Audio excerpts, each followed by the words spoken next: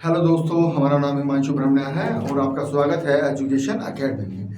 आज जो हम पढ़ेंगे बेटा, वो भारत में सिंचाई पढ़ेंगे और यहाँ से क्वेश्चंस आते हैं, है ना। पूछ लिया जाता है। देखो, इससे पहले हमने नदी वाला पूरा डाटा आपको जितना भी जल का है वो सब करा दिया है, प्ले लिस्ट बना हुआ है, वहाँ जाके आप देख सकते हैं। ठीक है, आज हमें क्या पढ़ना है सर? भारत में सिंचाई। तो इसमें पहला ही फैक्ट बनेगा कि सर्वाधिक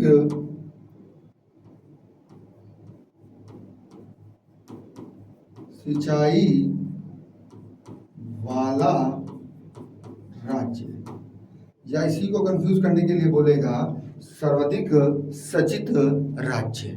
तो आपको कम से कम दो तीन तो याद रखने ही है बेटा, है ना। सबसे पहला कौन सा बनेगा सर आपका? सबसे पहले बनेगा सबसे प्यारा उत्तर प्रदेश हमारा, है ना। यूपी में सबसे ज्यादा क्या होती है सर? सिंचाई होती है। इसके बाद में कौन सा है सर? इसके बाद में बेसिकली आपको याद रखना है बेटा राजस्थान। कौन सा बेटा? राजस्थान। इसके बाद में कौन सा है सर? फिर आएगा आपका जो आपका पंजाब है। कौन सा बेटा? पंजाब।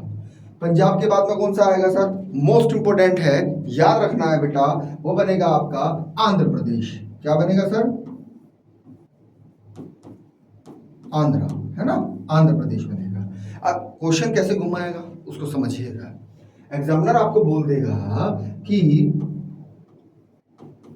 दक्षिण भारत में सर्वाधिक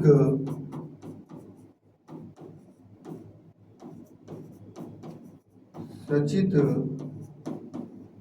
राज्य। तो आंसर क्या बन जाएगा आपका भैया? आंध्र प्रदेश बन जाएगा। क्या बन जाएगा सर? आंध्र प्रदेश आपका आंसर बन जाएगा जब वो दक्षिण भारत का बोलेगा। किसका बोलेगा बेटा? दक्षिण भारत का। पॉइंट क्लियर है? वरना अच्छा, अब एक चीज कंफ्यूजन करने के लिए यहाँ उत्तर भारत भी बोल सकता है या भारत बोल सकता है, तो उसमें आपका यूपी ही नंबर वन रहेगा। क्या रहेगा सर? यूपी ही नंबर रहेगा। अब क्या बोलेगा एग्जामिनर? बोलेगा कि कुल सचित क्षेत्रफल। अच्छा, ये सब चीजें जो हो रही हैं बेटा क्षेत्रफल के अकॉर्डिंग चल रही हैं। अब यहां पर एक शब्दावली दे देगा प्रतिशत की दृष्टि से, प्रतिशत की दृष्टि से, है ना। यहां भी आपसे पूछेगा, तो प्रतिशत की दृष्टि से कौन कौन से बन जाएंगे भाई? एक मिनट, हम पानी पी लेते हैं।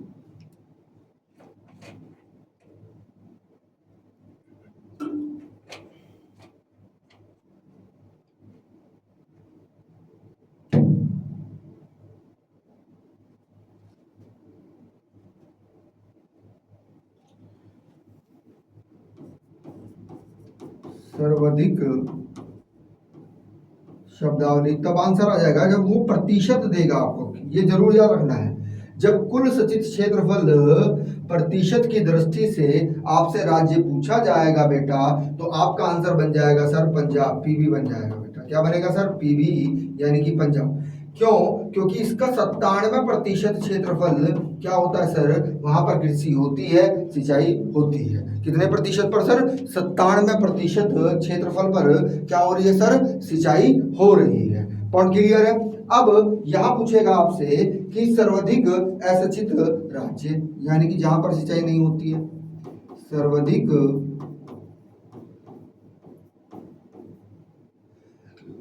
असंचित राज्य की बात करेगा। तब आंसर क्या बनेगा बेटा आपका? तब आंसर बनेगा, याद रखना है बेटा, पहला बनेगा आपका महाराष्ट्र। क्या बनेगा सर? एमएच, यानी कि महाराष्ट्र बनेगा। पॉइंट क्लियर है? जरूर याद रखिएगा, पठारी क्षेत्र है। उसके बाद में आप बोलेंगे सर कौन सा है सर आपका? आरजे, यानी कि राजस्थान। क्या बनेगा सर? आरजे, यानी कि राजस्थान बनेगा।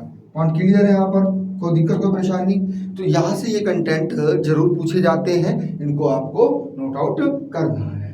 पॉइंट क्लियर है? चलिएगा आगे चलते हैं, अगला फैक्ट देखते हैं।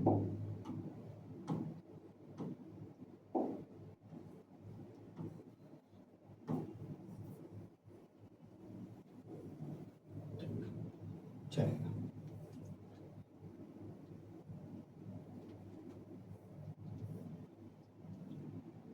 फिर एग्जामिनर बोलेगा कि कुल संचित क्षेत्र में कुल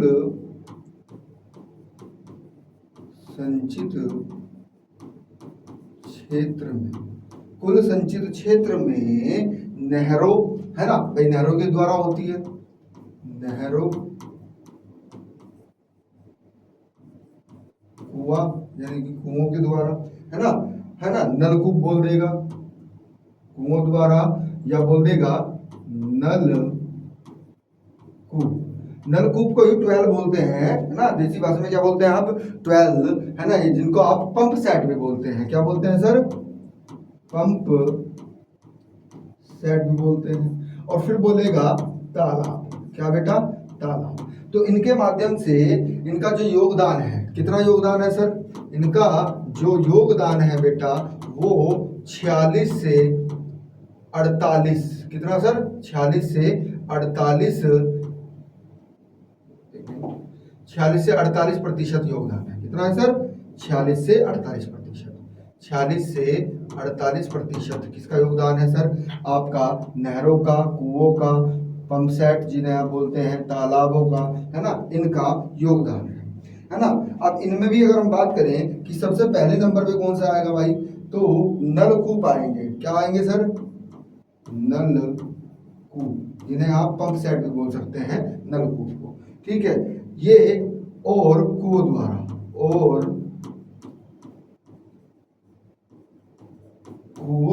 द्वारा जो प्रतिशत बनेगा बेटा आपका, वो कितना है सर, वो अकेला ही 57% है। कितना है सर, 57%। दूसरा नहरों के द्वारा, कौन सा बेटा, नहरों के द्वारा जो संचित क्षेत्र है आपका, वो कितना प्रतिशत बनेगा सर, वो बनेगा आपका 32%। कितना सर, 32%, याद रखिएगा इसको। फिर इसके बाद में है सर क्या आपका, तालाबों के द्वारा, किसके द्वारा, तालाबों के द्वारा। कितना है सर, केवल और केवल 6%।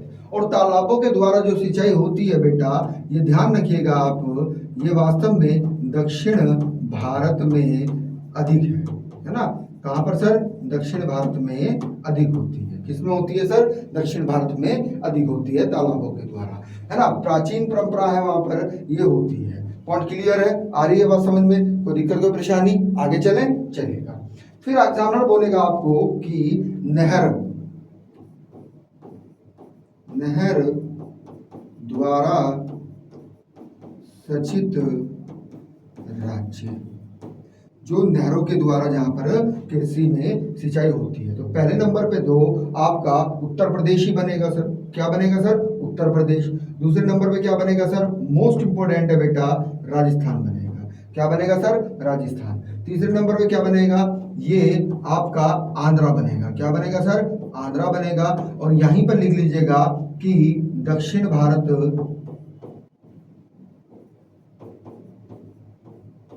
में प्रथम स्थान है नहर के द्वारा, है ना। कहाँ होती है सर, आंध्रा में होती है। कहाँ होती है सर, आंध्रा। इसके बाद चौथे नंबर पे क्या आएगा सर आपका, चौथे नंबर पे आ जाता है बेटा पंजाब राज्य। कौन सा राज्य आ जाता है सर, पंजाब राज्य। सर यहाँ आंध्रा में अगर हम बात करें तो नहरें जो निकाली गई हैं बेटा, वो आपकी गोदावरी से भी, है ना, डैम बनाकर नहरें निकाली गई हैं। गोदावरी होगी आपकी, है ना, कृष्णा हो गई आपकी, है ना, क्या हो गई सर, कृष्णा, है ना। तो इन नदियों के द्वारा ही नहरें निकाली गई हैं और इनसे ही क्या की जाती है सर, आंध्र प्रदेश में सिंचाई की जाती है। कहाँ की जाती है सर, आंध्र प्रदेश में। आगे चलेगा, आगे चलते हैं, अगला फैक्टर देखते हैं। अगला बोलेगा सर, शीर्ष नलकूप सचित राज्य, यानी कि पंप सेट द्वारा। नलकूप का मतलब समझ गए ना, पंप सेट द्वारा। तो इसमें भी पहले नंबर पे क्या आ जाएगा सर आपका, उत्तर प्रदेश आएगा सर। सेकंड नंबर पे क्या आएगा सर आपका, पंजाब राज्य आएगा। कौन सा आएगा सर, पंजाब राज्य। और तीसरे पर यहाँ पर चेंज हो जाता है, यहाँ पर ही क्या आता है सर, बिहार राज्य। क्या आता है सर, बिहार राज्य। अगर नलकूप की बात करेगा, पंप सेट की बात करेगा, तो तीसरे नंबर पे ही क्या आ जाता है सर, तीसरे नंबर पे ही आपका बिहार आ जाता है। अब एग्जामिनर अगर बोलेगा आपसे कि तालाब से सिंचित राज्य, किससे सर, किससे सर, तालाब, तालाब द्वारा सिंचित राज्य, तो पहले नंबर पे क्या आ जाएगा सर आपका, पहले नंबर पे आ जाएगा आपका, अभी हमने पढ़ा था कौन सा था बेटा, आंध्रा, क्या आ जाएगा सर, आंध्रा।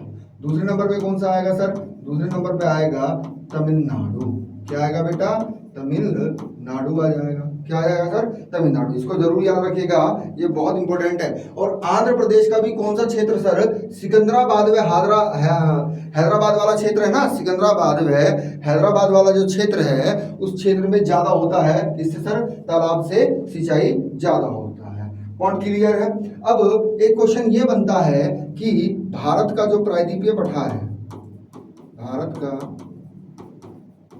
प्रायद्वीप पठार है, इस पर आपको पंप सेट लगाना है। तो क्या होगा सर कि पहली चीज तो ये है कि यह पठारी क्षेत्र है, कैसा क्षेत्र है सर, पठारी क्षेत्र है, तो यानी कि जो खर्च होता है, खर्च अधिक आता है, खर्च अधिक आता है। दूसरा जो भौम जल होता है, भौम जल अधिक नीचे होता है, भौम जल कहाँ होता है सर, अधिक नीचे होता है।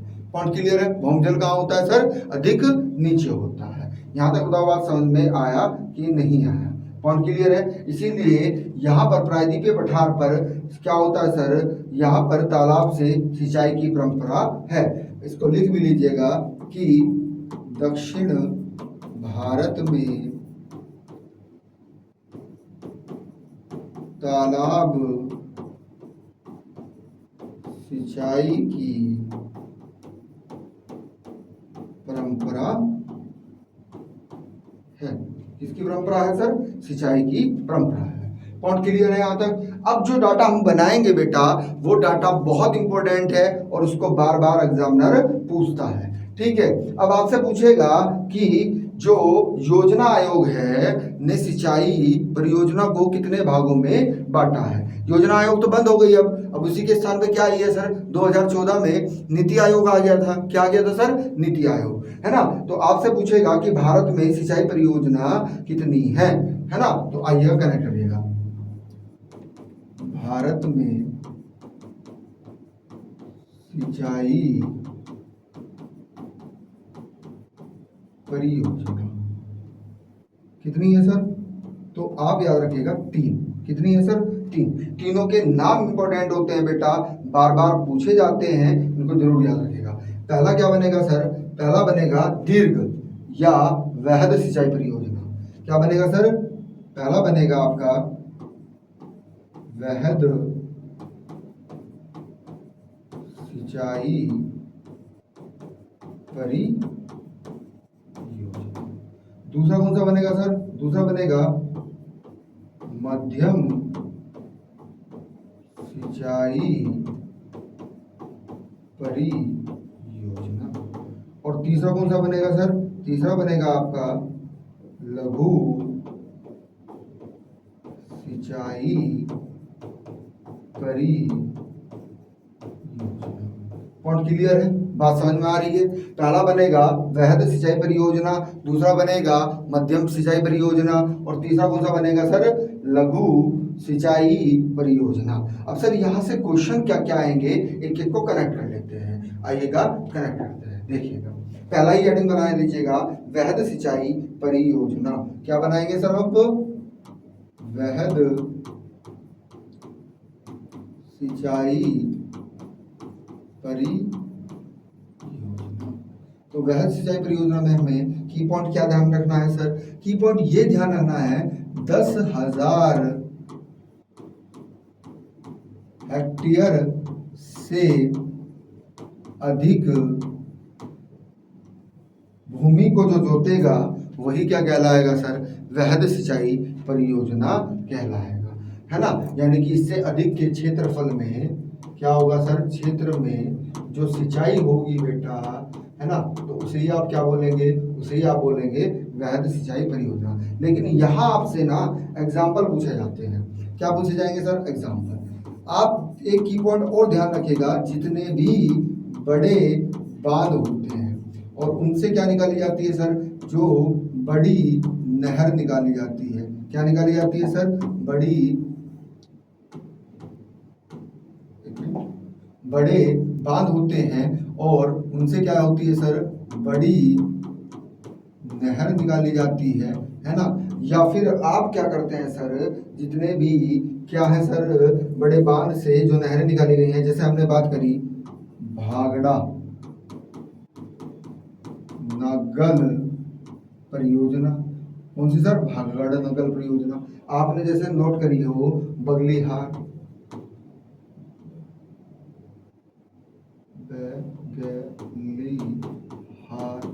जैसे आपने बात करी टिहरी परियोजना। कौन सी परियोजना, टिहरी परियोजना। जैसे आपने बात करी, जैसे हम बात करते हैं थोड़ा सा यूपी में पहुंच जाते हैं, यूपी में शारदा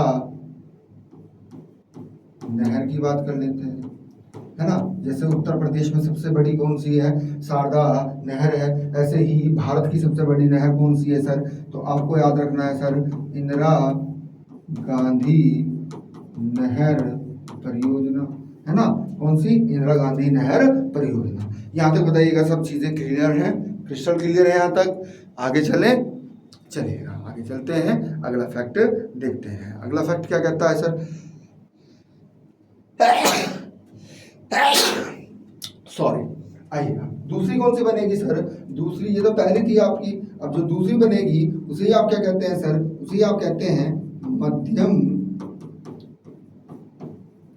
सिंचाई परियोजना। क्या कहते हैं सर, मध्यम सिंचाई परियोजना। अब ये मध्यम सिंचाई परियोजना क्या होगी सर, ये क्षेत्रफल जरूर याद रखिएगा आप, है ना।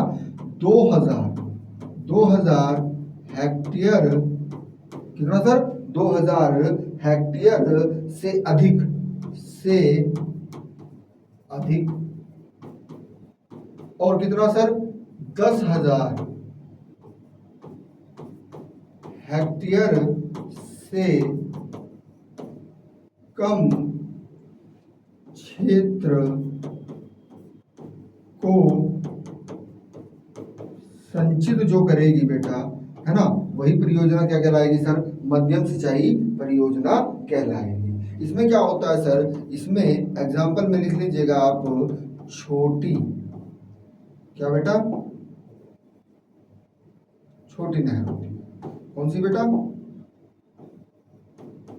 छोटी नहर। कौन सी नहर बेटा, छोटी नहरें होती है। कौन क्लियर है। और यहीं पर नोट में लिख लीजिएगा कि भारत में सर्वाधिक सिंचाई इसी से होती है। लिख लीजिएगा इसको नोट में, भारत में सर्वाधिक सिंचाई जो होती है वो मध्यम सिंचाई परियोजना के तहत होती है। किसके तहत होती है सर, मध्यम सिंचाई परियोजना के तहत होती है। ये फैक्ट अनलिमिटेड बार पूछा गया है बेटा, इसको आप नोट में लिखिएगा। ये बार बार रिपीट होता है, इसको बार बार क्वेश्चन को पूछा जाता है। ठीक है, आइए आगे चलते हैं, अगला फैक्टर देखते हैं। तीसरा क्या बनेगा सर, तीसरा बनेगा आपका लघु सिंचाई परियोजना। लघु सिंचाई परियोजना क्या सर, लघु सिंचाई परियोजना। अब यहाँ की पॉइंट क्या ध्यान रखना है, देखो आपने सबसे पहले क्या पढ़ा सर, वृहद सिंचाई परियोजना पढ़ा है।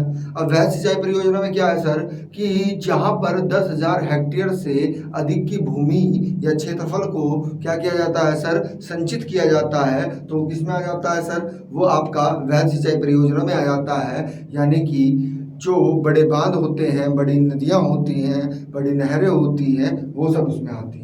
जबकि मध्यम सिंचाई परियोजना में क्या है सर कि 2000 हेक्टेयर से अधिक होना चाहिए और कितना सर 10,000 हेक्टेयर से कम होना चाहिए। उस क्षेत्र की जो सिंचाई होती है उस परियोजना को हम क्या कहते हैं, तो उसको हम क्या कहते हैं सर, मध्यम सिंचाई परियोजना कहते हैं। तो उसमें छोटी नहरें आ जाएंगी, रजवाए आ जाएंगे, है ना, जो कैनाल होते हैं। अब लघु सिंचाई परियोजना में क्या याद रखना है आपको, इसमें ये याद रखना है बेटा कि जहां पर 2000 हेक्टेयर से कम, है ना, क्षेत्र को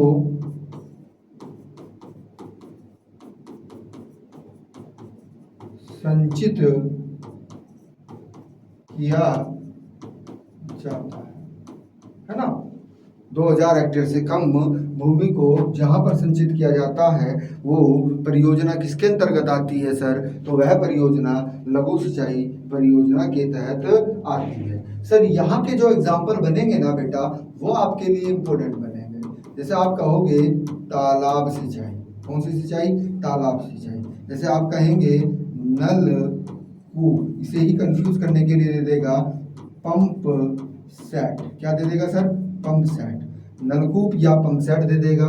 फिर आपसे बोलेगा ड्रिप सिंचाई, कौन सी सिंचाई बेटा, ड्रिप सिंचाई। फिर आपसे बोलेगा स्प्रिंकल सिंचाई, कौन सी सिंचाई सर, स्प्रिंकल सिंचाई। कौन सी सर,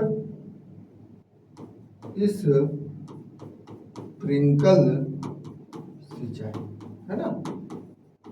अब सर ये ड्रिप सिंचाई या स्प्रिंकल सिंचाई क्या होता है, स्प्रिंकल सिंचाई में क्या होता है बेटा कि फुहारे के माध्यम से क्या किया जाता है सर, सिंचाई की जाती है।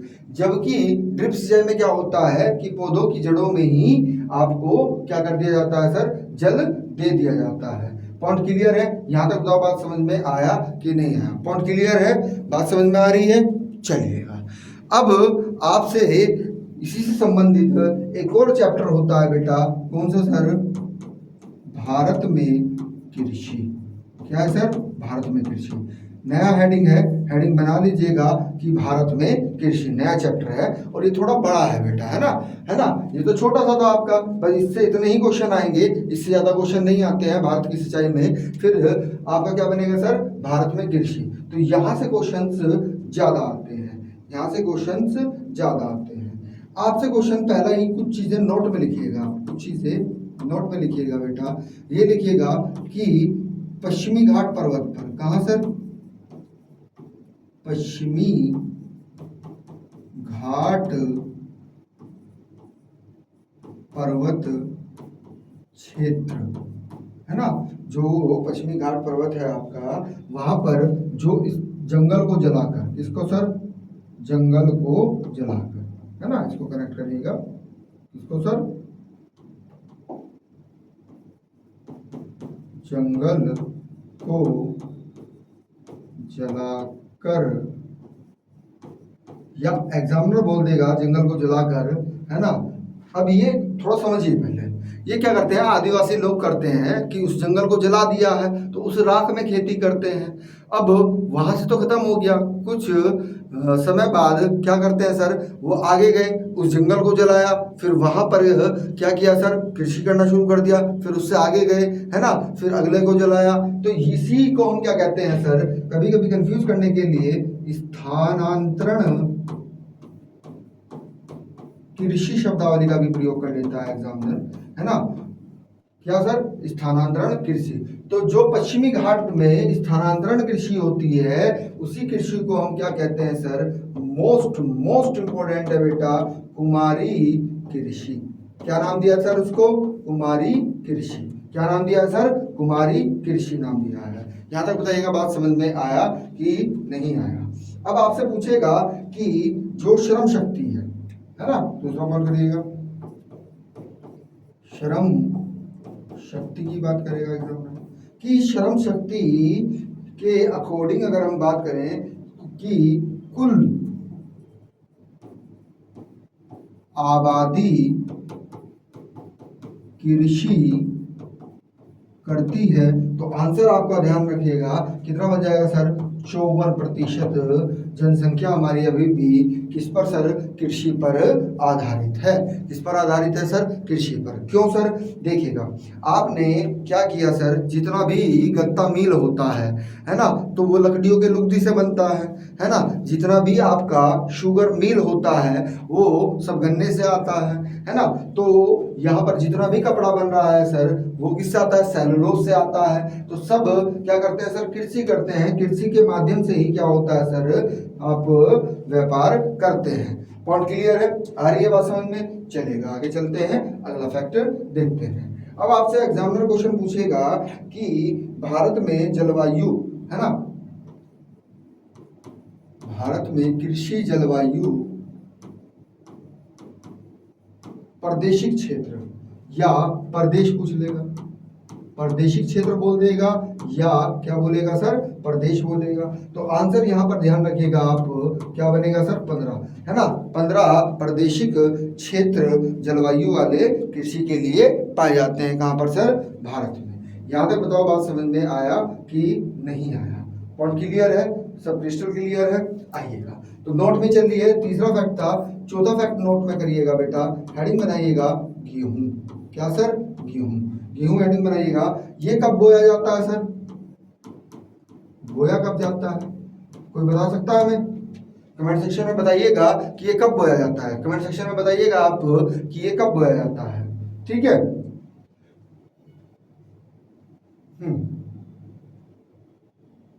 ये बेटा सर्दियों के समय बोया जाता है ना। आकांक्षा का आंसर आया कि सर्दियों में। ये वास्तव में नवंबर दिसंबर में क्या होता है सर? इसको बोया जाता है। अब ये विकास कब करता है, यानी कि तैयार कब हो जाता है ना।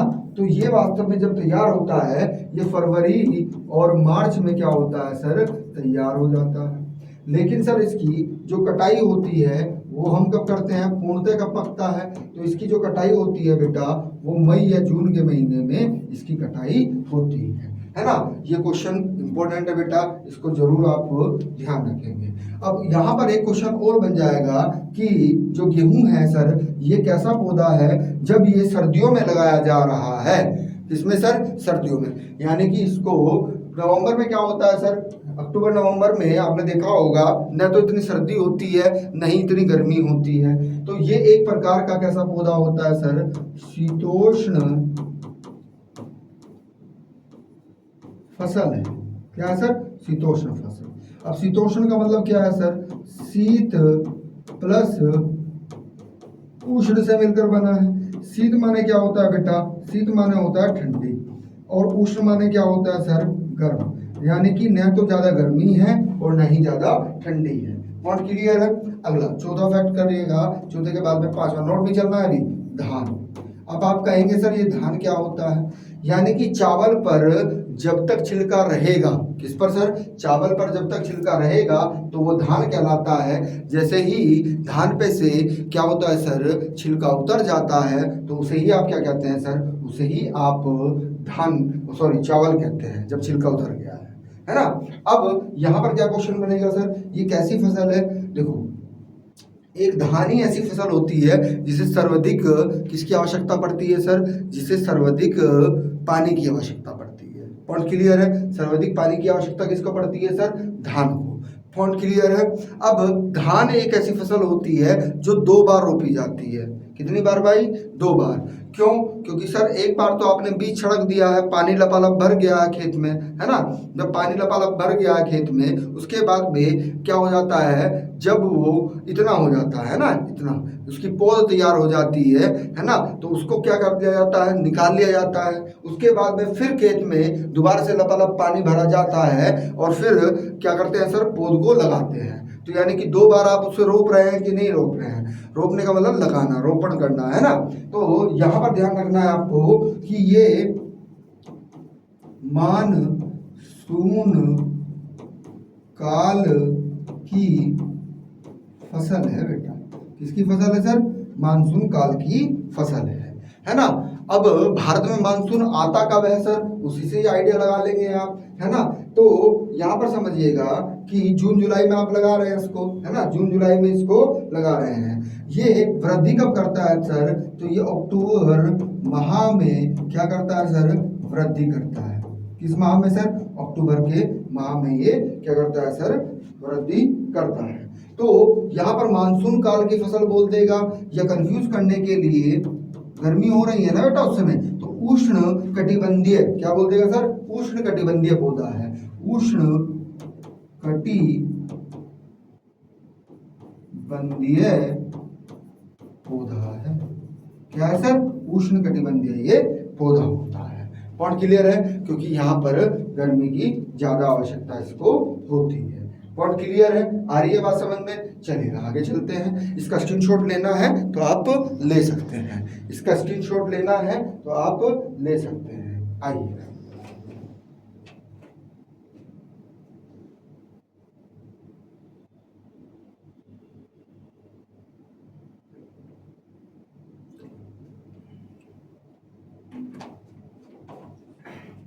यहाँ तक क्लियर है सब चीजें? आगे चले? चलिएगा। अब आपसे पूछेगा भारत में फसलें, है ना?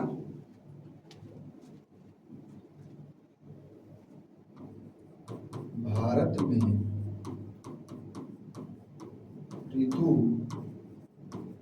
फसल की बात करेगा तो ऋतु फसल 3 प्रकार की होती है बेटा आपकी। कितनी सर? 3 प्रकार की। कौन कौन सी होगी सर? पहले बनेगी खरीफ फसल।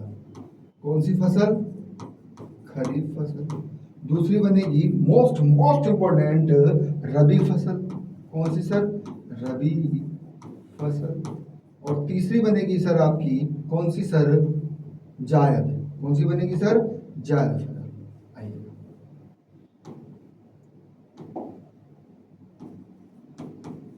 जायद फसल।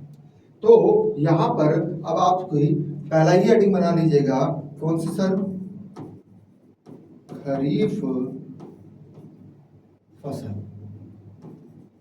है ना? कौन सी? खरीफ फसल।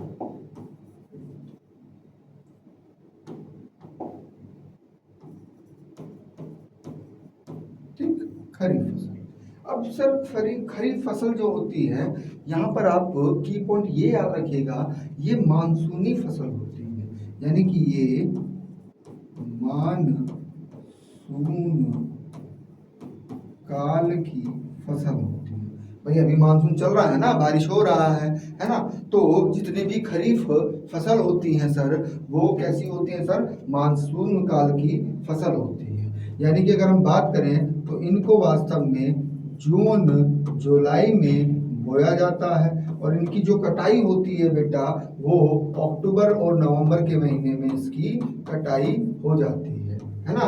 इसकी जो कटाई होती है वो अक्टूबर नवंबर में कर दी जाती है। जून जुलाई में बोया जाता है और अक्टूबर नवंबर में इसको काट लिया जाता है। अब यहाँ पर भी क्या बनेगा सर? एक होती है खाद्यान्न फसल, एक होती है तिलहन फसल, है ना? एक होती है दलहन फसल। अब जो खाद्यान्न फसल है ना, जो खाई जाती है। तिलहन फसल किनको कहते हैं? जिनमें से तेल निकलता है। जिनमें से क्या निकलता है सर? तेल निकलता है। दलनी फसल में क्या आएंगी सर? सारी दलनी फसलें आ जाती हैं। पॉइंट क्लियर है? तो यहाँ पर क्वेश्चन जो बनेगा आपका वो ये बनेगा सर,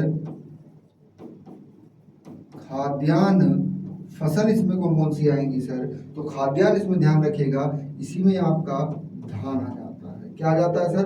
धान आ जाता है। इसी में आपका ज्वार आ जाता है। क्या आ जाता है सर? ज्वार आ जाता है। इसी में क्या आ जाता है सर? इसी में आपका बाजरा आ जाता है। क्या आ जाता है सर? बाजरा। इसी में क्या आता है? मोस्ट मोस्ट इंपॉर्टेंट मक्का आ जाता है। क्या आ जाता है सर? मक्का। पॉइंट क्लियर है? अब ये तो खाद्यान्न बन गई सर। अब अगर हम बात करें कि दलहन फसल कौन कौन सी आएंगी सर आपकी खरीफ में, तो दलहन फसल में ध्यान रखिएगा मूंग आती है सर। कौन सी आती है सर? मूंग, है ना? इसी में आपकी उड़द भी आती है सर। क्या आती है सर? उड़द आती है। इसी में क्या आएगी सर? इसमें इसी में आपकी सोयाबीन आती है। क्या आती है सर? सोयाबीन। इसी में क्या आती है सर? इसी में आपकी लोबिया आती है। क्या आती है सर? लोबिया। पॉइंट क्लियर है? फिर बात करेगा वो तिलहन फसल की। किसकी सर? तिलहन। कुछ दिक्कत हो गया है? तिलहन फसल। अब तिलहन फसल में कौन कौन सी याद रखनी है सर? इसी में आपकी सोयाबीन आ जाएगी। अच्छा एक चीज याद रखना सोयाबीन से आप, है ना, इसको चाहे नोट में आप कनेक्ट कर लीजिएगा, है ना, नोट में, यानी कि जो सोयाबीन होती है ना बेटा, वो आपकी दोनों में आती है, वो आपकी दलहन फसल भी है और वो आपकी तिलहन फसल भी है, दलहन भी और तिलहन भी फसल, दोनों फसल होती है ना। सोयाबीन, है ना, वो दलहन, क्योंकि ये दाल में भी प्रयोग की जाती है और इसका तेल में भी प्रयोग किया जाता है, तो सोयाबीन को जरूर याद रखिएगा। इसके बाद में मूंगफली, मूंगफली जो है आपकी, इससे भी तेल निकलता है। फिर आपको याद रखना है बेटा सूरजमुखी, सूरजमुखी, सूरजमुखी के उत्पादन में कर्नाटक नंबर 1 है, ध्यान रखिएगा, ये पूछा जाता है। फिर आता है आपका तिल, है ना, तिल। फिर आता है आपका बंडी, क्या आता है सर? बंडी आता है। अब नगदी फसल, कैश क्रॉप, नगद या नगदी फसल की बात करें तो नगदी फसल किनको कहते हैं सर? नगदी फसल हम उन फसलों को कहते हैं बेटा जो अधिशेष के लिए उगाई जाती है, बेचने के लिए उगाई जाती है ना, एक विशेष काल में, है ना, एक विशेष काल में उनका क्या रहता है सर? मौसम रहता है ना, वो बेचने के उद्देश्य से लगाई जाती हैं, उन्हें हम कैश क्रॉप या क्या बोलते हैं सर? नगदी फसल उनको बोलते हैं। तो यहाँ पर जो नगदी फसल बनेगी बेटा आपकी, वो देखिएगा सर्दियों में ही यूज होता है, किसका सर? कपास, कॉटन का, है ना, तो ये भी क्या सर? एक नगदी फसल है। फिर आपका आंध्र प्रदेश सबसे ज्यादा तंबाकू उत्पादन करता है बेटा, ध्यान रखिएगा। कौन सा राज्य? तंबाकू उत्पादन सबसे ज्यादा जो करता है सर, तंबाकू, है ना, ये भी आपकी एक नगदी फसल होती है। फिर आपका गन्ना, गन्ना उत्पादन सबसे ज्यादा कौन करता है सर? गन्ना उत्पादन सबसे ज्यादा यूपी करता है। क्या करता है सर? यूपी करता है। अब एक आप ध्यान रखिएगा, तंबाकू जब आ गया है तो नोट में ही कनेक्ट कर लीजिएगा इस चीज को भी, राष्ट्रीय तंबाकू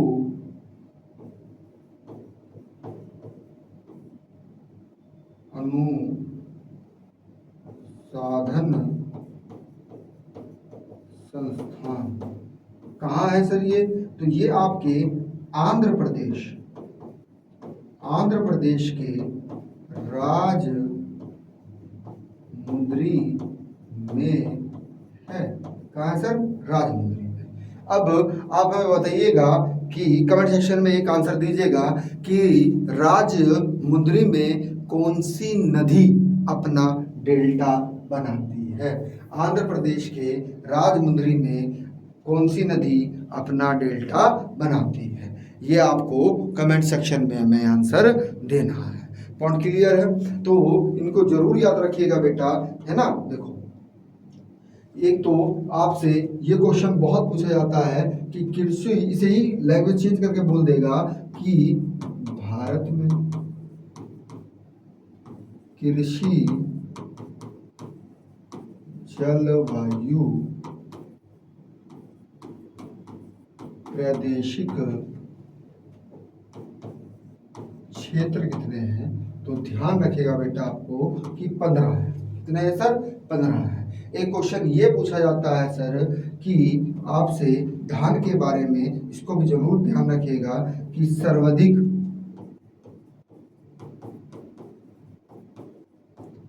जल की आवश्यकता किस फसल को पड़ती है? तो आपको ध्यान रखना है सर्वाधिक जल की आवश्यकता धान को होती है। किसको होती है बेटा? धान को होती है। पॉइंट क्लियर है? धान के बारे में बस 3 कंटेंट याद रखने हैं आपको कि ये कैसी फसल है, तो इसको नोट आउट कर लीजिएगा बेटा। ये फैक्ट पूछे जाते हैं, है ना, कि धान जो है एक मानसूनी फसल है। दूसरा क्वेश्चन क्या बनेगा इंपॉर्टेंट, कि ये कैसा पौधा है? तो आप बोलेंगे कि ये उष्णकटिबंधीय एक 14 होता है। और धान से जो तीसरा फैक्ट बनता है वो ये बनता है कि सर्वाधिक जल की आवश्यकता किस फसल को होती है। पॉइंट क्लियर है, आ रही है बात समझ में। अब एक चीज और समझना है ना। अब यहां पर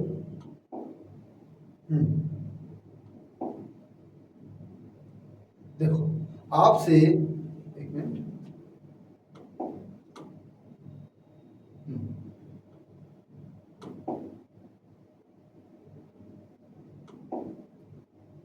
ये क्वेश्चन बहुत पूछा जाता है कि वृहद सिंचाई परियोजना के अंतर्गत कितना क्षेत्रफल आता है। तो इसको जरूर ध्यान रखना आपको कि 10 हेक्टेयर, कितना बेटा, 10 हेक्टेयर से अधिक क्षेत्र इसके अंतर्गत आता है सर वृहद सिंचाई परियोजना के लिए। आपसे पूछेगा कि बड़े बांध व बड़ी नहरें, या नाम दे के दे सकता है ना। नहरों के इन दोनों के जरूर याद रखिएगा। शारदा नहर, यही क्या है सर, शारदा नहर यही उत्तर प्रदेश की सबसे बड़ी नहर है। यही किसकी सर, उत्तर प्रदेश की सबसे बड़ी व लंबी नहर। फिर आपसे पूछेगा इंदिरा गांधी नहर, तो ये भी वृहद सिंचाई परियोजना के अंतर्गत आती है। और यही क्या है सर, यही भारत की सबसे बड़ी व लंबी नहर है ना, जरूर ध्यान रखना है। जबकि मध्यम सिंचाई परियोजना में 2000 हेक्टेयर से अधिक व 10,000 हेक्टेयर से कम का जो क्षेत्रफल होता है उसकी जो सिंचाई होती है वो छोटी नहर के द्वारा होता है, वो मध्यम सिंचाई परियोजना के अंतर्गत आता है। और भारत में जो सर्वाधिक सिंचाई होती है वो किस सिंचाई परियोजना के तहत होता है, तो आपको याद रखना है मध्यम सिंचाई परियोजना। ठीक है। और तीसरा ये याद रखना है आपको, लघु सिंचाई परियोजना में हमेशा 2 हेक्टेयर से कम का क्षेत्र जो होता है, इसमें किसका प्रयोग होता है सर, तालाब का, पंप सेट, ड्रिप सिंचाई और स्प्रिंकल सिंचाई। इनको जरूर याद रखना है आपको। पॉइंट क्लियर है। तो मिलते हैं नेक्स्ट सेशन में। आगे हमें खरीफ फसल, जायद फसल है ना, क्रॉप, कैश क्रॉप में कौन कौन सी आती हैं है ना, नकदी फसल किसे कहते हैं, इन पर आपसे, रेशा फसल किनको कहते हैं, इन पर हम बात करेंगे। तो ये पार्ट 1 था। अगला सेशन आपका पार्ट 2 का होगा। यदि वीडियो अच्छी लगी हो तो चैनल को शेयर करना, सब्सक्राइब करना व वीडियो को शेयर करना नहीं भूलना है। Thank you class.